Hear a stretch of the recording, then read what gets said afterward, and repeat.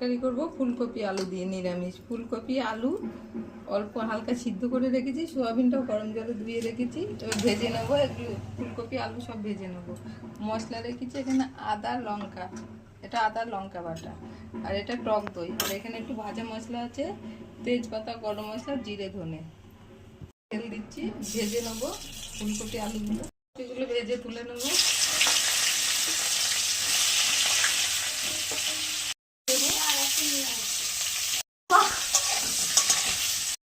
তুলে নিচ্ছি।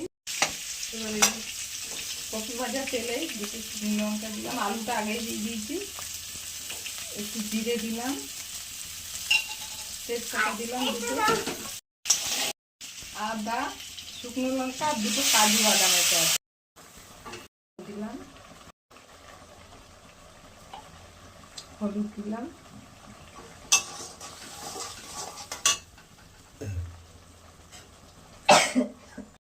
চিনি দিলাম, একটু দিয়ে দিলাম,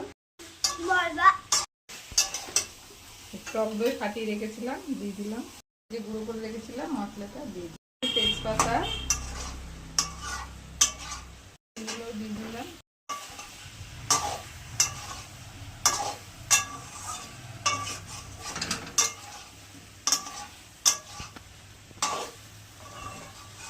এবার এদিকে গরম জল করে রেখেছি, গরম জলটা দিয়ে দিলাম।